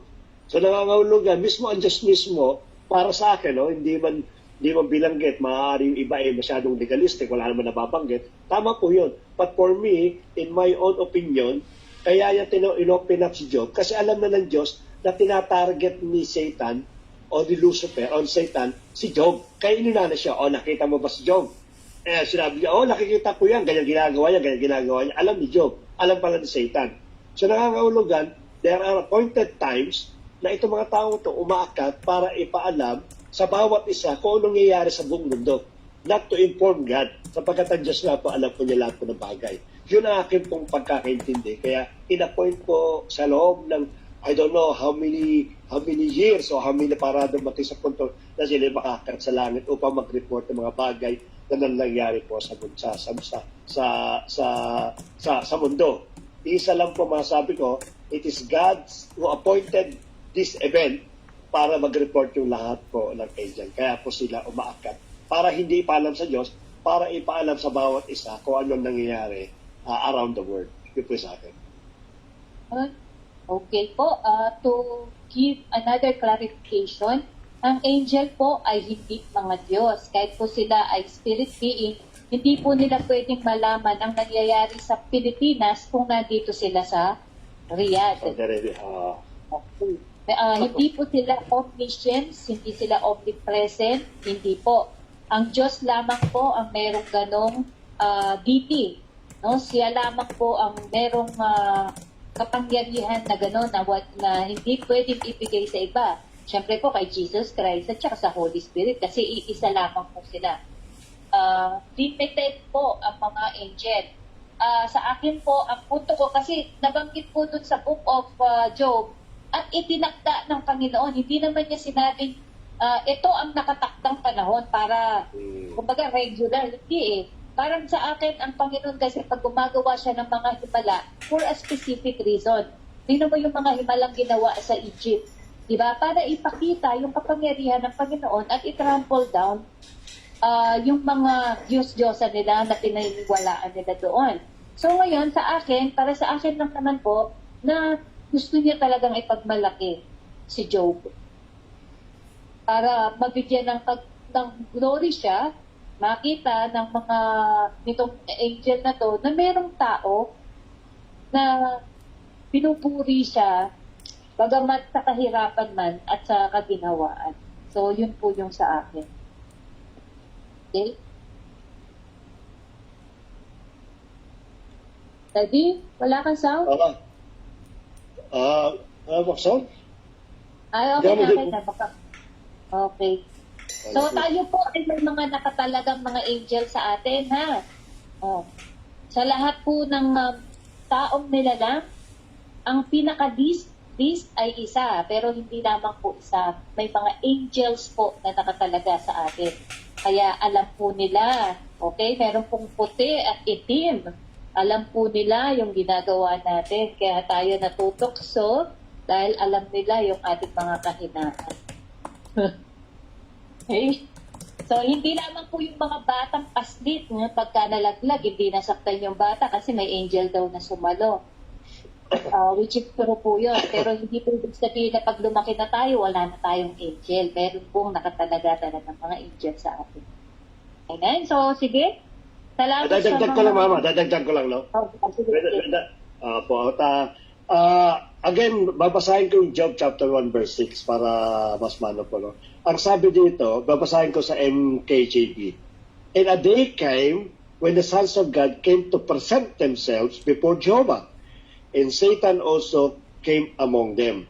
No? At gusto kong basahin yung Hebrew chapter 1 verse 14. I think this is a parallel verse patungkol sa Job chapter 1 verse 6. Ang sabi po sa Hebrews chapter 1 verse 14, are they not all ministering spirit? They are talking about the angels. No? Are they not all ministering spirit sent forth to minister for those who shall be heirs of salvation? So nangangulugan po, itong mga angels na ito, they have their own ministry. They have their own responsibility and they are accountable to report sa atin pong Diyos na buhay. Kasi kung binigyan ka ng accountability or responsibility, definitely there will be accountability doon. At naniniwala ko, ito yung tinakdang araw in order to account. O ikaw, anong ginawa mo sa ministry mo? Nakita mo ba yung binantay mo sa ganyan? Nakita mo sa ganyan? Yung pong pinaka-specifical na mention po yung pangalan ni Job. Nangangahulugan, these people are the ministering angels to every individual people, from north to south to east and west. Kaya dawar sa punto, nagre-report po sila para lang ibigay yung account. At so happened during that time, sabi nga natin, na si Lucifer o si Satan is also have dominion, kaya pinagre-report din po siya. Yun po yung sa akin po, just only to report, ang pinaka-purpose po ng pagtawag ng Lord sa bawat ministering angels. Okay. Sa next question po tayo ni Kuya Ed. Kuya Ed, pinahirapan mo ang mga utak namin. Number 2 question. From the beginning, alam na ni God na aagawin ang kapangyarihan niya. Bakit nilikhapan niya si Satan?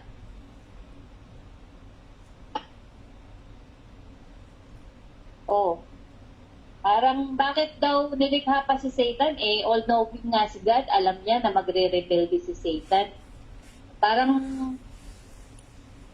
pwede namang wag pigilan niya si Adan at saka si Eva kainin yung prutas. Bakit ba hindi niya na pa pinigilan? Makapangyarihan naman siya. Okay da? Sino pong pwedeng sumagot? Sige, ako po. Bakit daw po? Peter. Okay, good.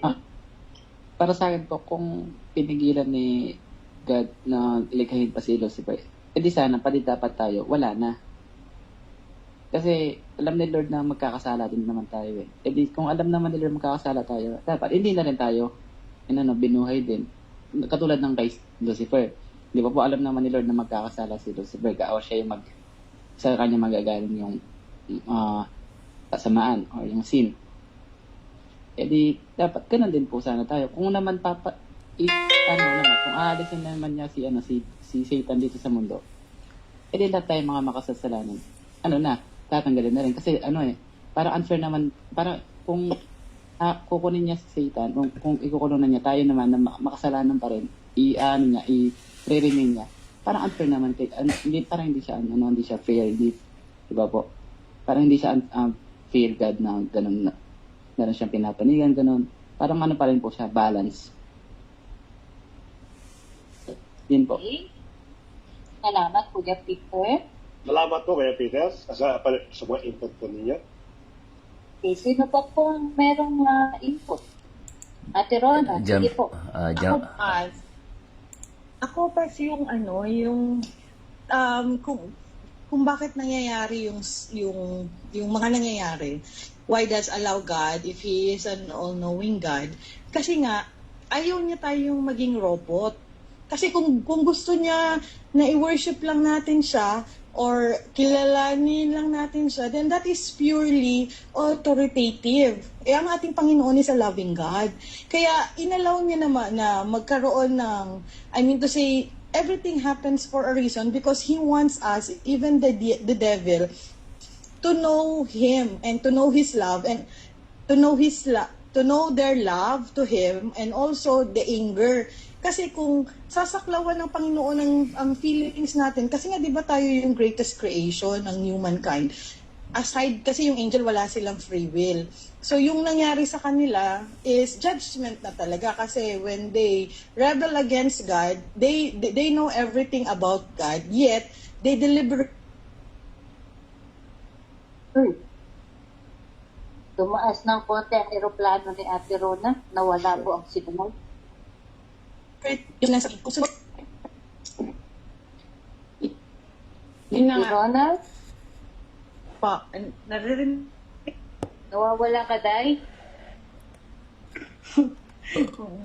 yun pa, yung pinaka-talking po nun pas is yung mga nangyayari is God's will yon para malaman niya kung sino yung kanya at sino yung hindi kanya with our free will. Kasali na dyan ang dominion of the devil. Okay. Daddy? Yes? Kuya Manny, may sagot ka po? O si Pastor Bernard na po? Same din, pray well. Same din yun. Ang mag-isip. Okay. Sige, Daddy. Yeah. Sige, at actually, mayroon tayong mga question ni Kuya. I don't know kung saan niya nakuha yun, but praise be to God because nagiging interactive yung ating discussion. Actually, ang aking opinion, again, nasabi ko sa inyo, since mahirap po talaga to be honest, mahirap po yung mga questions. Ang aking pong opinion, like a human being, the angels, was created with free will. Hindi sumasamba yung mga angels because pinoprogram ng Diyos o sinasabi ng Diyos. They worship God because that is their will to worship God. Yan ang kanilang kagustuhan. No? But of course, yung ating will, the same with the will ng angel, it can be used against God. Which is nangyari yan kay Adam and Eve, nangyari din yan kay Lucifer. Now, in the first place, hindi tama na banggitin na ang Diyos ang lumikha kay Satan. Hindi po. No, ang nilikha ng Diyos is si Lucifer. And when you try to see who is Lucifer, he is the most angelic being na talaga naman pong malapit sa ating pong Panginoon. So nilikha po niya isang angel na ang purpose po talaga is to worship him. But of course, in order to achieve that kind of worship that God required, kinakailangan ng free will. Kasi hindi po pwedeng nilikha ka ng isang bagay tulad ng angelic beings o spiritual beings katulad natin na wala naman tayong free will, basta pag sinabing pagdating ng ganitong oras, sasamba ka na, ganitong oras, sasamba ka na, ganitong oras, mag-pray ka, hindi nakakapagbigay ng kaluguro sa ating Panginoon yun. So, and it so happened, and during that time, which is the same people, katulad natin, pag nakikita natin na nagkakaroon tayo ng authority, power, position, iba kasi nagiging takbo ng ating isipan. Now, minsan, sumusobra tayo sa authority, sumusobra tayo sa power, ang nangyayari tuloy is nag-overstep tayo. Nawawala tayo sa ating pang boundary. Kaya nangyayari, pag wala ka na sa boundary, outbalance na yan, magkakaroon ka talaga ng tendency na magkasala. Ganun na lang nangyari po kay Lucifer. Now, because of so much beauty, sapagkat ang Biblia po nagsabi, napakaganda po ni Lucifer, so much authority and power na pinagkaloob sa kanya and trust na pinagkaloob po ng Diyos sa kanya. He thinks that he can even elevate himself katulad ng ating pong Panginoon. At doon po siya nagkasala. It is still pride that comes out from the self-will. Yun po yung pinaka-ano po doon. So yun po magiging, magiging kakagulan po niya. Pero hindi po ang Diyos ang gumawa ng kasalanan at hindi rin po siya ang nagsimula, ang nagpausbong po kay Satan, kundi si Lucifer po yung kanya po nilikha. Ang tanong po kanina kung bakit nilikha po niya, marami pong kasagutan po yan. No? Kung bakit nga na tinayagan niyang matokso, bakit kailangan mamatay ang ating Panginoon, bakit kailangan, maraming bakit, kung bakit talaga maraming bakit. Sometimes, katulad na binanggit natin, na sometimes why it is not needed anymore. It is a matter of trusting God. Katulad po nangyari po yun, nilikha niya si Lucifer. And I do believe, because of the infinite wisdom po ng ating Panginoon, may purpose po si Lucifer kung bakit po siya nilikha. And definitely, it is not God's plan para maging si Satanas po siya. Si Lucifer po ang nagkasala at hindi po ang ating Panginoon. Yun lang po ang pwede kong maisagot dyan. Ayun. So, ang example po natin dito sa lupa, ay sige Kuya Manny. So, ibig sabihin po yan ay sumobra yung free will ni Satan. Kaya yun, nag-rebel di kay God. So, nadamay tayo. So, but, mas maganda rin yun kasi binigyan tayo ng free will ni God kasi hindi natin ma-distinguish kung may Diyos sa ating buhay. Kasi hindi natin malalaman yung masama at saka mabuti. Now, kung binigyan tayo ng free will, kadalasan na tao tayo mas gugustuhin natin yung doon sa likong landas. Now, dahil sa free will, pagkalipas ng likong landas na nilandas natin, doon natin malalaman, tika lang, may Diyos pala sa aking buhay. At doon natin malalaman, tika lang, kailangan ko na yun tahakin ang landas, ng tuwid na landas, patungo sa aking Panginoon. So yun po ang naging scenario ng pagbibigay ng free will sa atin. Sige po. Salamat, Revan.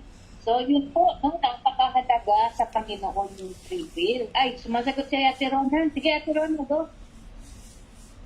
Wala akong sagot, Pas. Gusto ko lang magtanong. Sige po. Itanong niyo muna bago po tayo tapusin yung tanong ni Kuya. Sige po, ano po tanong, Ate Ron? About sa angel pass. Okay po. Bakit po Ate na. Nawala. I-type mo po kaya. Kasi Nawala. nawawala ka po. we're given redemption? Patungkol sa Ate Ron, Again. Hindi ko narinig. Hindi ko naintindihan. Ayan, tinatype ni Ate Ron, napasahin ko after. Okay po. Napakahalaga po ng free will. At yan po ang hindi pwedeng i-violate ng Panginoon. Yung free will po natin, hindi niya po tayo pwedeng pilitin na sambahin siya. Kahit po ako, kunwari, naging asawa ko si Bernard kasi pinilit ko siya, hindi rin ako masaya na ginagawa ni Bernard yung ginagawa niya para sa akin kasi napipilitan lang siya.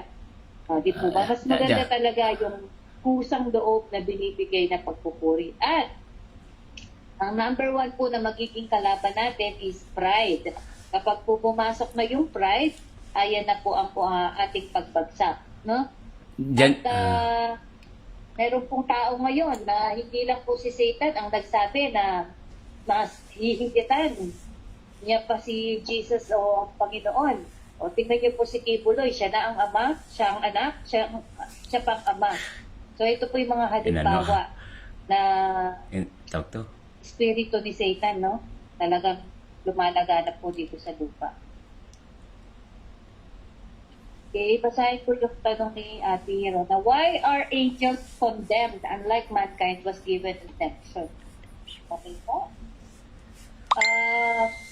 Para sa akin, wala pong pwedeng ihain sa mga angels because they are spirit being. Hindi pwedeng i-offer ng Diyos ang kanyang sarili as a spirit kasi hindi namamatay ang spirit. Pero ang tao, nung nagkasala siya, pwedeng mag-offer ng katawan, ng dugo. Kaya po nagkatawang lupa ang ating Panginoong Jesucristo as an offering for the redemption of our sin. Yun lang po yung sa akin. Daddy? So diyan naman po may mensahe na rin po sa Holy Bible na diyan na rin po nagsisi ang Diyos Amang Hari kung bakit niya binigyan ng free will ang tao dahil na pag-alaman niya na naging lubos na masama na ang tao kaya ang ginawa ng Diyos Amang Hari ay isinend si Lord Jesus Christ sa atin nang hindi tayo tuluyang matangay doon sa kasamaan ni Satan. So ayan po naging scenario po about sa free will po. Sige po. Yung po patungkol sa angel na tanong niya Ate Rona, Daddy, tuloy mo. Yung sagot ko, Opo. because spirit being siya, kaya walang may yakatog na offering, nakatapat. Kasi hindi pwedeng patayin ang espiritu. Espiritu si Jesus, di ba? Ang Holy Spirit, ang God, the Father, mga spirit eh. So pagka in-offer mo spirit para sa kapatawaran ni Satan at yung 1/3, hindi po kasi namamatay ang spirito. Okay, Daddy, go. Yeah.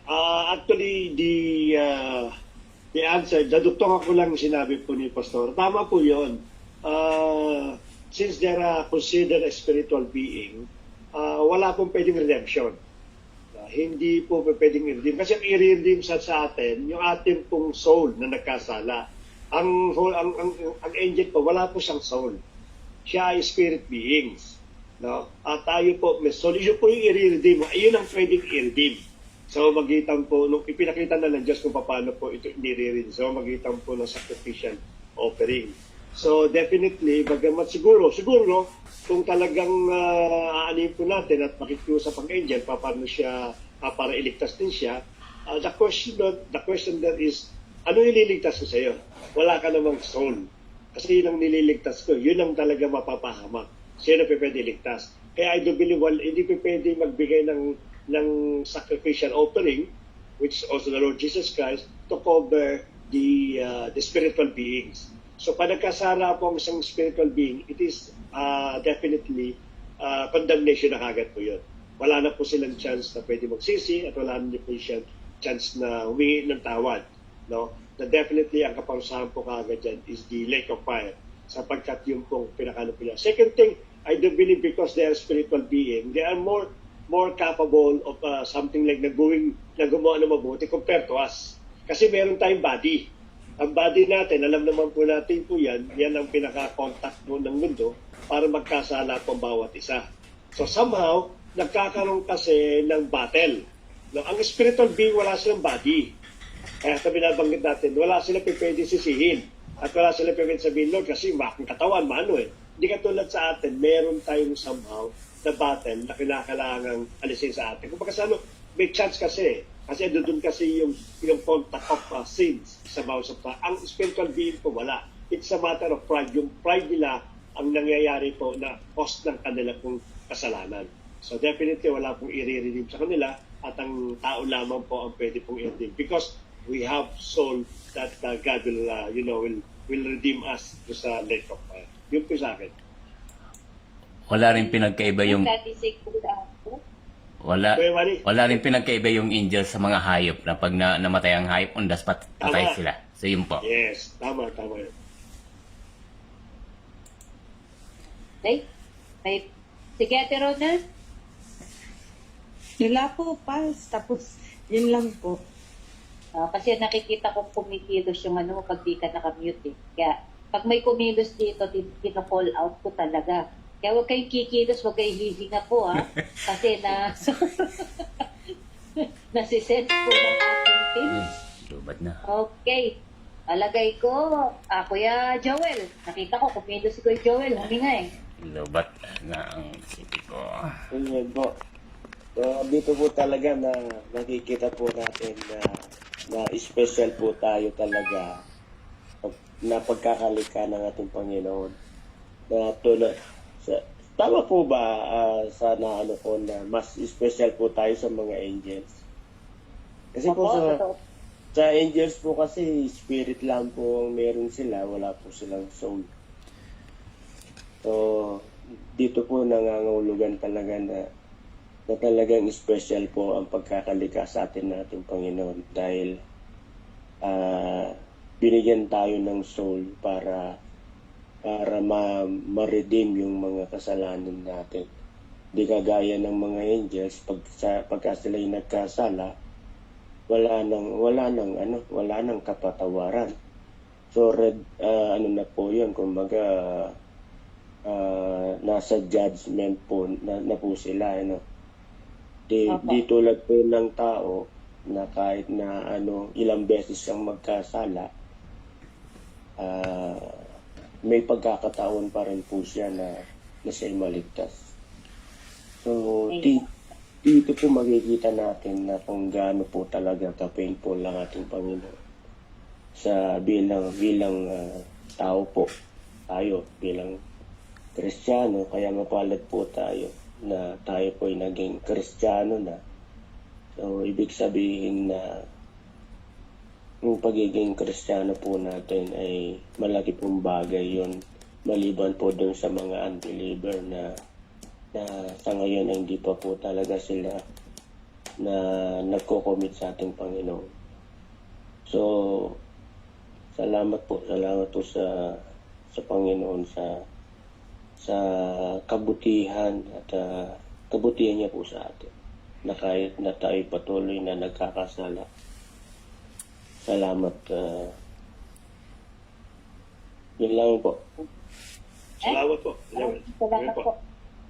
Yan. So, tayo po, sabi, patuloy na nagkakasala. Wag lang po tayo, sabi niya, ang isang pagkakasalang walang kapatawaran ay yung kasalanan sa banal na espiritu. Bakit po kung tatanungin natin, bakit pag nagkasala ka sa banal na espiritu, wala nang kapatawaran? Kasi, wala na pong i-offer ulit para sa atin. Na-i-offer na po, kasabi, once and for all, na-i-offer na po si Jesus Christ. So pag nagkasala ka pa sa banal na espiritu, hindi mo pa tinanggap ang banal na espiritu na siya nagpapatunay sa ginawa ng ating Panginoong Jesucristo dito sa lupa, upang tayo magkaroon ng kaligtasan, ay wala na po daw muli pang ihahandog. Ipapadala ang Diyos Ama upang ihandog sa kasalanan natin. Kaya beware po, no? Yung mga nakatanggap na, alam na natin ang katotohanan, pero pilit natin tinatanggi yung kapangyarihan ng cross at ng banal na espiritu na siyang nagsasabi sa atin, no? Siya yung nagte-testify ng katotohanan ng lahat ng ginawa at sinabi, tinuro ng ating Panginoong Jesucristo. Kaya wag po tayong maging kampante, ha? Baka po tayo patuloy na nagkakasala dahil paniniwala natin na meron po tayong kapatawaran, totoo po yun. Pero baka po tayo ay mapunta sa danger. Kasi pag po patuloy daw po natin ginagawa yan, patitigasin na yung puso natin. Actually, nasa book of, sa book ba yun, Romans ba? O Thessalonians. No? Ang sabi po na patitigasin na ng Panginoon yung puso natin, bunga ng ating pagiging masuwail, yung patuloy tayo sa pagkakasala. At yun na nga po, pag dumating tayo sa ganun, baka umabot tayo sa blasphemy of the Holy Spirit. Yung sabihin natin, wala talagang Diyos. Hindi totoo ang Diyos. Ayan po ay blasphemy. Kasi meron ka ng Holy Spirit siya na nagsasabi sa'yo, umuudyok sa'yo na tunay na meron kapangyarihan ang Jesus Christ para tayo maligtas. Dumating ka sa punto na gano'n, ayun po, wala na po kapatawaran yun, ha? So, para malinaw po tayo, baka po tayo ay palaging grace ang ating pangahawakan. So, Daddy, may dadagdag ka bago tayo mag-close? Diyan po. Yun lang po. At I hope na wala na masyadong may question may Maganda nga yun Dugtong ko lang po. Diyan naman po yung papasok mensahe ni God na mas parurusahan ni God yung mga nakakilala na sa Kanya, subalit patuloy na malayo sa Kanya kaysa doon sa hindi pa nakakakilala sa Kanya. So matakot po tayo doon sa Ayun ako doon, kuya. Tama po yun. Mas matindi po ang accountability ng nakakakilala ng katotohanan. Tama. At patuloy na dumalakad sa kadiliman. Tinanggap mo ng liwanag, pero gusto mo pa rin sa dilim maglakad. So, yan po. Maraming salamat po sa lahat. Salamat sa po. Sige. Check natin, baka mayroong pahabol na question ang mga genius natin, mga tagapakinig. Wala na. Nabasa ko na. Wala na, si Ate Ron ang huli. Okay po, close natin. Sige po. Press po. Hallelujah, Lord. Muli, Panginoon, maraming salamat sa gabing ipinagkaloob mo sa amin. At naniniwala kami na itinakda mo ang mga araw na ito upang kami matuto at higit ka naming makilala sa pinakamalalim na kaparaanan, Panginoon, ng iyong mga salita. Maraming salamat po, Panginoon, sa buhay ng aming pastor na patuloy mong ginagamit sa katyagaan niya upang mag-aral, mag-research at magpakalalim, Panginoon, sa iyong mga salita, patuloy sa pananalangin upang maipakita ang mga bagong revelasyon sa iyong mga salita at ito, Panginoon, ay isang maitulong sa amin. Lord, maraming salamat sa buhay niya. Patuloy siya bigyan ng kalakasan, ng mahabang buhay upang patuloy na makapaglingkod sa iyo, magamit ang kanyang gifts of teaching, O Lord, in the name of Jesus, sa iyong mga hinirang, mga tinawag na anak. Lord, maraming salamat din, Panginoon, sa bawat kapatid namin na nagbibigay ng oras. Nandoon, Panginoon, yung kasigasigan na makinig. Bagamat, Panginoon, may mga trabaho pabukas ang iba. Maraming salamat, Panginoon, sa pusong bagbag na ibinibigay mo sa bawat isa na tuluyan ng magulala sa pinakamalalim na kaparaanan sa pamamagitan noon, O God, ay lumalim po yung aming pananampalataya sa iyo at makita namin yung pagrema ng mga salitang na pag-aaralan namin. Hindi, O Lord, yung mga books na pinag-aaralan namin, iba't ibang klaseng character mo ang aming nakikita. At sa pamamagitan nito, Lord, hindi lang namin alam na ikaw ay tagapagligtas, kundi marami ka pa, Panginoong mga characteristic na hindi namin nalalaman na nire-reveal mo sa pamamagitan ng aming pag-aaral. Kaya Lord, salamat po. Salamat din sa mga questions, Panginoon, na nagtitrigger para kami, Panginoon, na higit na magsaliksik at unawain pa ang iyong magsalita. Maraming salamat sa mga kapatid namin na nagbibigay, Panginoon, ng mga inputs, insights sa mga comment, O Lord God. Salamat po personally sa buhay ni Kuya Joel, Panginoon, bagamat hindi namin siya kasama sa aming panambahan, ay patuloy po siyang dumadalo. Dito po kami naniniwala, Panginoon. Ito po ay non-denominational na simbahan. Lahat po ay, at wala po, Panginoong, kaibahan yung mga iglesia. Dapat po, Panginoon, ay katulad nito, Lord, that we are open upang patuloy na kaming matuto sa iyong mga salita. Maraming salamat, O Lord. Hayaan mo, Panginoon, sa aming mga pagtulog ay bigyan mo kami ng kapayapaan habang kami natutulog, kapahingahan. At Lord, angkin namin ang pagbabantay ng iyong mga anghel habang kami tutulog at kami, Panginoon, ay muli mong kikisingin bukas upang magampanan ng aming pagtutulog dito sa lupa at maging pagpapala, Panginoon, sa mga taong makakasalamuha namin. Gamitin mo kami as your evangelist, O Lord God. Yung buhay namin ay maging living testimony sa bawat mamimit namin. Dito, Lord, maraming salamat po at sa iyo namin pinagkakatiwala ang buong gabi at ang kinabukasan. Sa iyo, Panginoon, ang pasasalamat, pagdakila itong aming panalangin sa pangalan ni Jesus. Amen. Amen. Amen. Po, salamat po ulit. God bless po sa inyong lahat. God bless po.